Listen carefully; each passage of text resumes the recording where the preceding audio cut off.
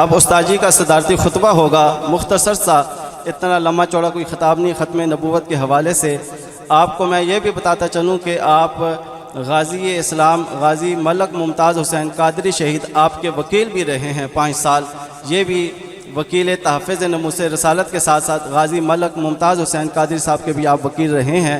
مختصر سا آپ صدارتی خطبہ، کیونکہ یہ ہماری کانفرنس جو ہے یہ تاجدار ختم نبوت کے عنوان سے یہ قائم ہے، تو آپ کا صدارتی خطبہ ہوگا اور فوراً ہی دعا ہو جائے گی، اور دعا کے فوراً بعد آپ کو لنگر دیا جائے گا۔ جتنے بھی دور دراز سے ہمارے آئے ہوئے مہمان ہیں، میں تمام کا اپنی طرف سے اور موضع گکھڑ ادمال کی طرف سے دل کی اتھاہ گہرائیوں سے شکریہ ادا کرتا ہوں۔ نام لینے کا وقت نہیں، بہت سارے چہرے میرے سامنے ہیں اور بہت سارے چہروں کو میں پہچانتا بھی ہوں۔ اب میں مزید استاد جی کا وقت ضائع نہیں کرنا چاہتا اور آپ کے اور استاد جی کے درمیان میں حائل نہیں ہونا چاہتا۔ میں ملتمس ہوں وکیل تحفظ ناموس رسالت، پیر طریقت رہبر شریعت، آل نبی اولاد علی، شیخ الحدیث و تفسیر پیر سید حبیب الحق شاہ صاحب، ناظم اعلیٰ جامع آمنہ ضیاء البنات، ہمک ٹاؤن اسلام آباد، وہ آپ سے مخاطب ہوں گے اور قیمتی ملفوظات سے ہمارے قلوب و اذہان کو آپ منور فرمائیں گے۔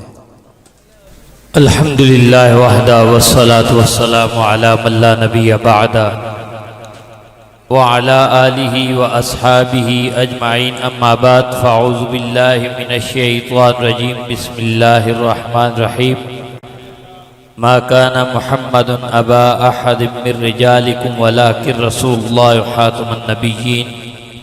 آمنت باللہ صدق اللہ مولانا العلی العظیم، ان اللہ وملائکتہ یصلون علی النبی یا ایہا الذین آمنوا صلو علیہ وسلموا تسلیما۔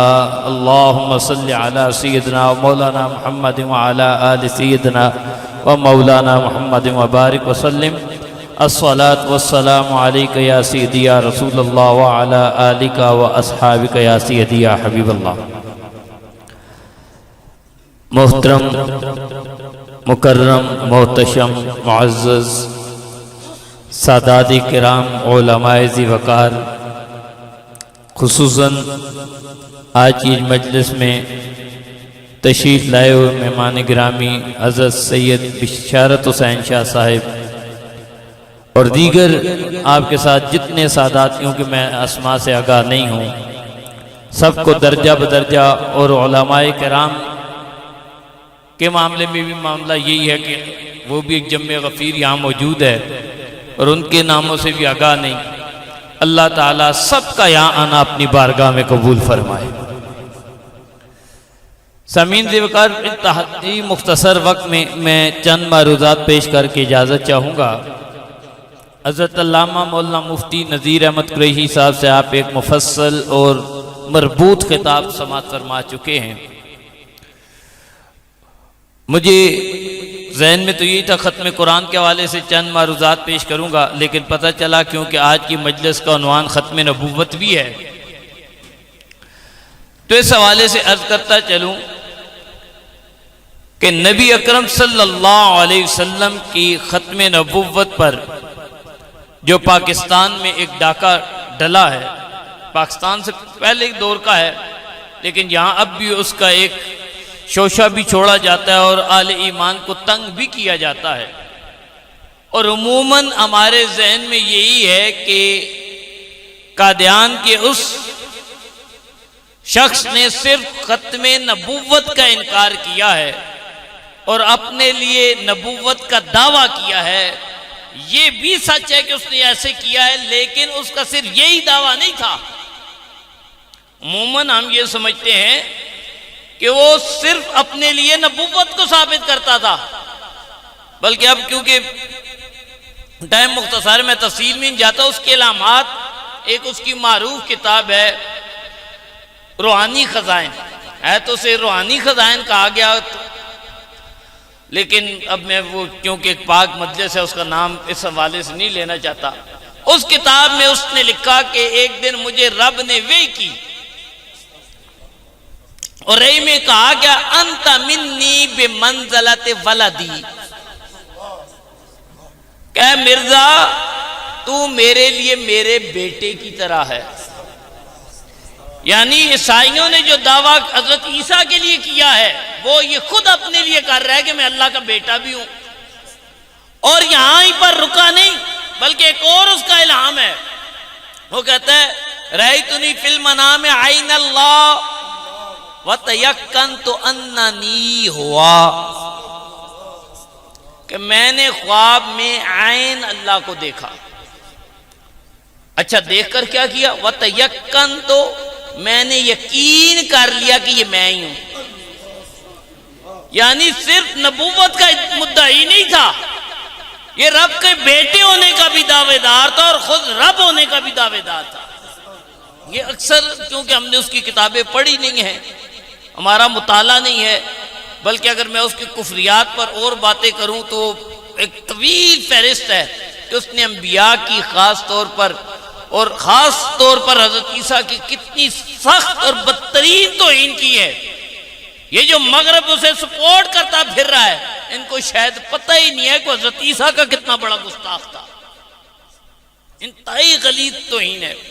اور خود نبی اکرم صلی اللہ علیہ وسلم کے حوالے سے، آل بیت اطہار کے حوالے سے، حضرت امام حسین کے حوالے سے، حضرت مولا مرتضیٰ کے حوالے سے، حضرت شیخین کے حوالے سے اور باقی انبیاء کے حوالے سے انتہائی بدترین اس کی گفتگو ہے.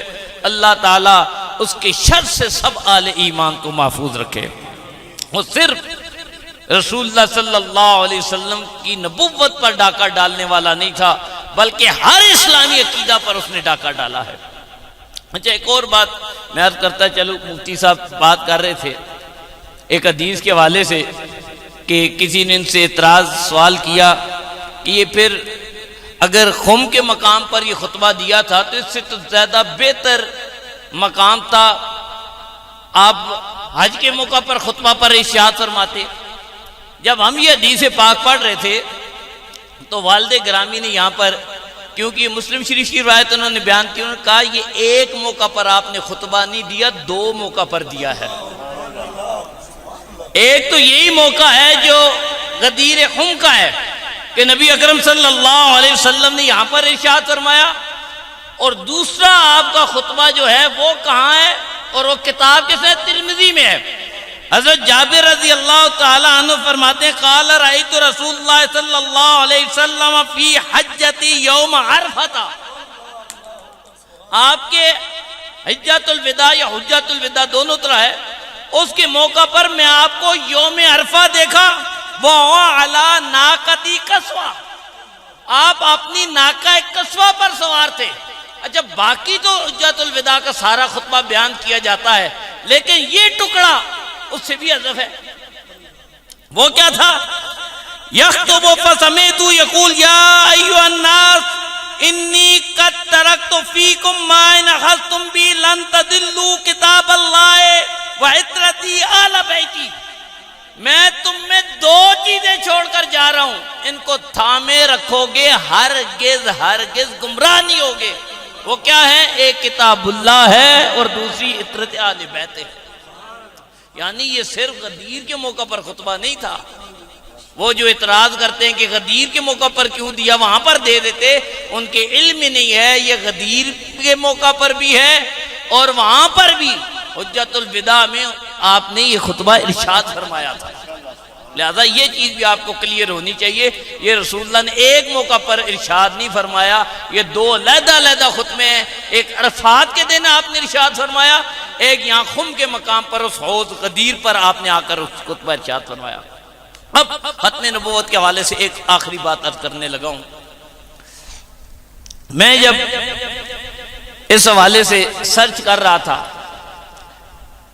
ناموس رسالت اصل میرا موضوع تھا، اس حوالے میں دیگر بہت سی کتابیں دیکھتا رہا کہ کس کس کتاب میں، کس کس صحیفے میں نبی اکرم صلی اللہ علیہ وسلم کے ناموس کے تحفظ کی بات ہے. اچھا جو مجھے سب سے پرانی کتاب ملی وہ ایک عیسائیوں کے پاس ہے، ان کے مطابق وہ 17,000 سال قبل المسیح کی ہے. حضرت عیسیٰ علیہ السلام کی دنیا میں تشریف آوری سے 17,000 سال پہلے، یعنی سمجھ لیں کہ 17,000 صدیاں گزر چکی ہیں اس کتاب، ان کے بقول وہ کتاب کس کی ہے؟ حضرت نوح علیہ السلام کے جد اعلیٰ حضرت ادریس علیہ السلام کی۔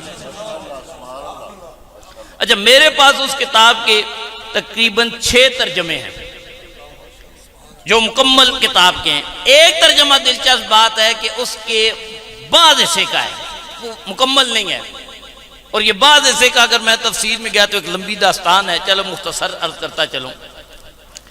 اگر جو لوگ یہاں پر ریسرچ سے تعلق رکھتے ہیں تو ان کے علم میں ہوگا ڈیڈ سی، بحر مردار سے 1948-49 کے قریب مسلمانوں کو یہ ملے تھے مخطوطے سب سے پہلے، اور ہماری نہ اہلی نہ قدری تھی کیونکہ وہ چمڑوں پر لکھے ہوئے تھے۔ وہاں کے جو مسلمان تھے، ایک عزیب نامی کا، محمد عزیب اس کا نام تھا، اس نے دریافت کیا اور آ کر وہ چمڑا سمجھ کر موچی کو بیچ دیا۔ نہ قدری تھی، اشنائی نہیں تھی، انہوں نے کہا چمڑا ہے۔ یہ چلتے چلتے امریکہ پہنچے، امریکہ والوں نے دیکھا، انہوں نے کہا جب ان کا ریڈیو کاربن ٹیسٹ کیا کہ یہ کس دور کا چمڑا ہے، انہوں نے کہا یہ چمڑا تو حضرت عیسیٰ سے پہلے کا ہے، یہ جس چمڑے پر یہ کچھ تحریریں لکھی ہوئی ہیں یہ آج کے دور کا نہیں ہے۔ انہوں نے کہا پھر ملا کہاں سے ہے؟ تلاش کرتے کرتے انہوں نے کہا یہ تو اردن میں ملا ہے، قمران کے غار تھے ان سے ملا ہے۔ جب وہاں پہنچے انہوں نے، وہاں تو پوری دنیا میں تہلکہ مچ گیا، یہ خزانہ کہاں چھپا ہوا تھا۔ اب ان غاروں سے سب سے پہلے مسلمانوں کو ملا، اب جب پتہ چلا کہ ان کی قیمت ہے، پھر ہمارے بھائیوں نے ایک اور بڑا کام کیا، وہ جو مزید چمڑے تھے انہوں نے کہا یہ تو بڑے قیمتی ہیں، لہذا بطور تبرک انچ انچ کاٹ کر بیچتے رہے۔ میں نے اب جو ریسرچ کی ہے وہ تقریباً 100 سال ہونے والے ہیں، اسرائیل میں پورا ڈپارٹمنٹ ہے جو ان ٹکڑوں کو ابھی تک جوڑ رہا ہے۔ جو ہم نے کاٹ دیے تھے وہ لگے ہوئے کہ ان کو جوڑ کر پڑھے لکھا ہوا کیا ہے، تو ان میں بھی یہ کتاب تھی جو آپ کو بتانے لگا تھا بات۔ یہ حضرت ادریس کا صحیفہ دا بک آف انوک، اس کا چند حصہ پورا نہیں ہے کیونکہ کرم خوردہ ہوگا، ماہو صدیاں سال گزرتے رہے، وہ بعض رہا بعض محفوظ ہی نہیں رہا، لیکن جو محفوظ رہا اس کے حوالے سے بات عرض کروں گا۔ اچھا، یہ جو نسخے تھے ان میں ایک ان کا چیپٹر ہے دا پروکسی آف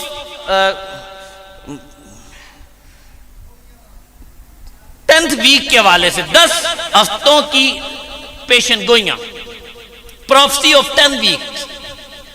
اس چیپٹر میں حضرت نوح علیہ السلام سے پہلے حضرت ادریس علیہ السلام نے اپنی اولاد کو ایک وصیت کی، کہا کہ میرے بعد میں پہلے ہفتے میں پیدا ہوا، پہلے ہفتے کے آخری دن، یعنی یہاں ہفتہ سے یہ ہمارا ہفتہ مراد نہیں ہے، وہاں ہفتہ صدی مراد تھی، 10 صدیاں مراد تھی، ان کا اپنا ایک طریقہ تھا ماہ کو اور سالوں کو مہینوں کو جمع کرنے کا، کیونکہ وہ کہتے ہیں پہلے ہفتے کے آخری دن میں پیدا ہوا، یعنی اس صدی کی بات کر رہے ہیں یا 2 صدیوں کے حساب سے بات ہے، اس کے آخری دور جو تھا اس میں آپ کی ولادت ہے۔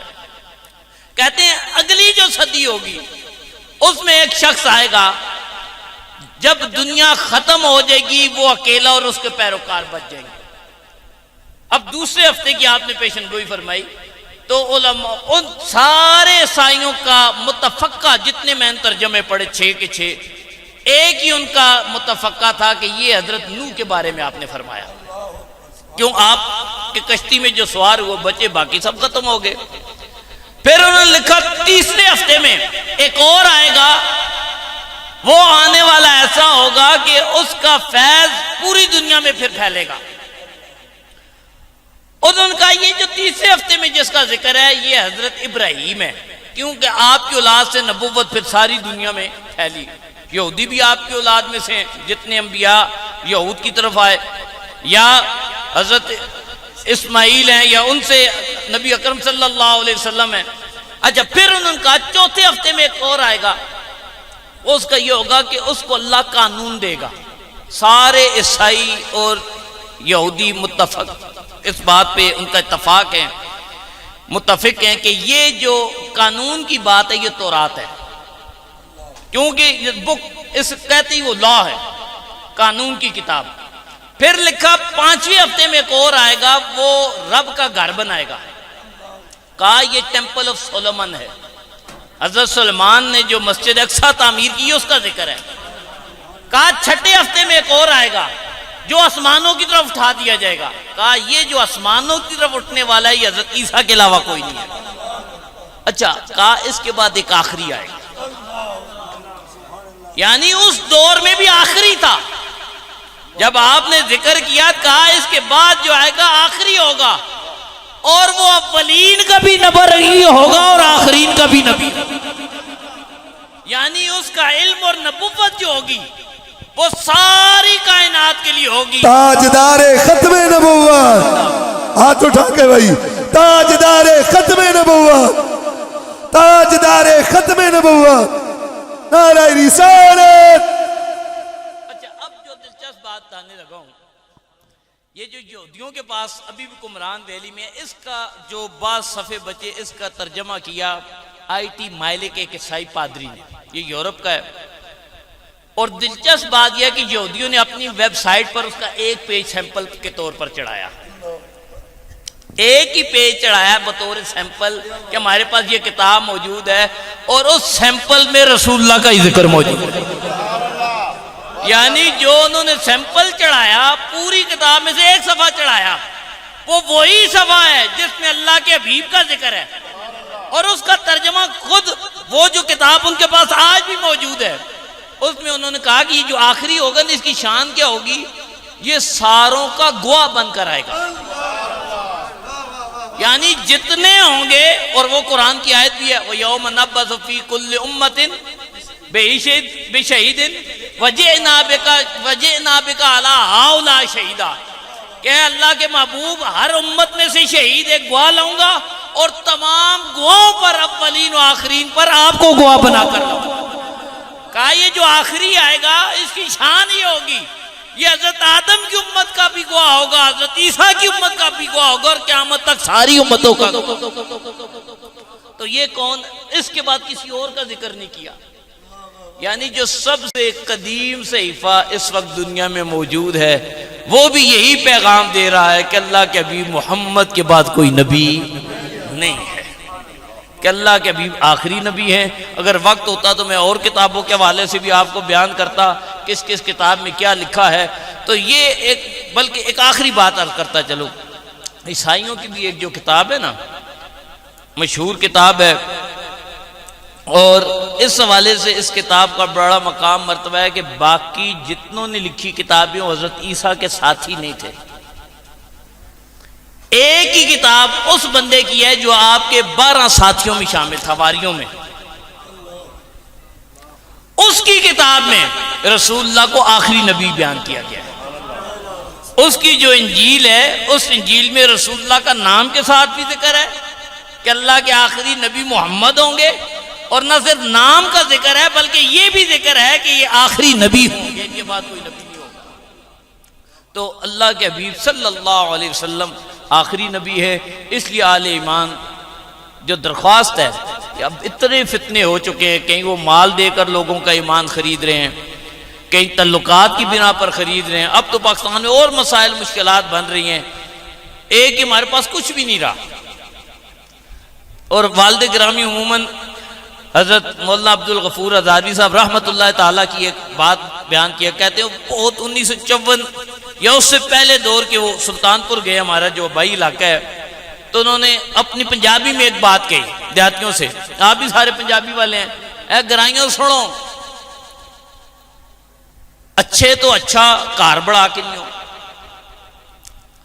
کھانا کھانے سے چائنا دے، فرانس دے، آلہ تو آلہ سیٹ رکھ لیو، اج کل دے دور دی مہنگی تو مہنگی گڈی رکھ لیو، سارا کچھ نواں کر لیو، دین پرانا رکھیو، دین پیر میر الشاہ اللہ رکھیو، دین داتا علی اجویری اللہ رکھنا، دین ہند الولی اللہ رکھنا، دین وہی رکھنا جو صحابہ دے دور تو لے کے اج تک چلا آ رہا ہے، نواں دین نہیں کرنا، باقی ہر شہر نمی کر لینا، دین ابا و اجداد علیہ رکھنا۔ اب میں طلبہ کے والے سے ایک بات عرض کرتا چلوں اور میں ختم کرتا ہوں کیونکہ وقت کافی ہو چکا ہے۔ نوید شاہ صاحب اور ان کی ٹیم نے، علماء نے، قراء نے بڑی محنت کے بعد ان کو حافظ قرآن بنایا ہے۔ پہلے بھی خطرات تھے، لیکن آپ کو پتہ ہے جس گھر میں مال آ جائے وہاں چوری کا خطرہ زیادہ ہو جاتا ہے۔ جس گھر میں یہ ہو نا کہ ادھر مال ہے، ادھر دولت ہے، ادھر سونا ہے، ادھر چاندی ہے، تو وہاں ڈاکے کا زیادہ، اور مال کا شہرت بھی ہو جائے، ایک صرف مال ہو، ایک اعلان ہو جائے ہر جگہ کہ اس بندے کے پاس یہ مال ہے، تو پھر چور کوشش کرتے ہیں وہاں چوری کرنے۔ یہ آپ نے بچے بھیجے تھے خالی، انہوں نے ان میں قرآن کا نور بھر دیا ہے۔ اب یہ قرآن کا نور جہاں ہوگا وہاں شیطان ڈاکہ ڈالنے آئے گا، وہاں ان کو بہکانے آئے گا۔ تو یہ جو نور بھرا ہوا برتن ہے، اس کی اب آپ نے حفاظت کرنی ہے۔ وہ حفاظت کیسے کرنی ہے؟ غلط صحبت سے بچانا ہے۔ ان بچوں کو منزل بھول نہ جائیں، اسے پختہ رکھنے کی آپ نے کوشش کرنی ہے۔ اور کیا ہی اچھا ہو کہ آپ ان کو آگے عالم بنا دیں، یعنی پہلے قاری قرآن تھے، اب قرآن پر عمل کرنے کا، قرآن کا فہم بھی مل جائے گا تو اور نور علی نور ہو جائے گا۔ اگر صرف حافظ قرآن کو اللہ یہ شان دیتا ہے کہ والدین کو سورج سے زیادہ روشن، ان کو روشنی نور مل جاتا ہے، تو جو عالم قرآن ہو، حافظ کا تو یہ مقام ہے، جو عالم بھی ہو اور عالم بعمل بھی ہو، اللہ اس کو کتنا فیض عطا کرتا ہوگا۔ تو دعا کریں یہ جتنے طلبہ ہیں، اللہ رب العزت اپنے فضل و کرم سے ان سب کو پختہ حافظ رکھے، عالم بعمل بنائے، والدین کے لیے نجات اور ان کے لیے بخشش کا ذریعہ بنائے، اساتذہ کے لیے یہ صدقہ جاریہ بنائے، اور اوپر جو ہماری بیٹیوں نے قرآن پاک کی تکمیل کی ہے ان کے لیے بھی یہی ہے کہ ان کی مائیں ان کی حفاظت کریں، کہ وہ بچیاں بھی جن کے پاس یہ نور آ چکا ہے اس نور کی حفاظت کریں، اور خاص طور پر اگر وہ آج کامل ہو چکی ہیں تو اس کو ضائع نہ کریں، گھروں میں اپنے بہن بھائیوں کو قرآن پڑھائیں، عالم اللہ کے بچوں کو پڑھائیں، یہ فیض جاری و ساری رہے۔ اللہ اس ادارے کے تمام معاونین کو برکت عطا فرمائے۔ وآخر دعوانا الحمدللہ رب العالمین۔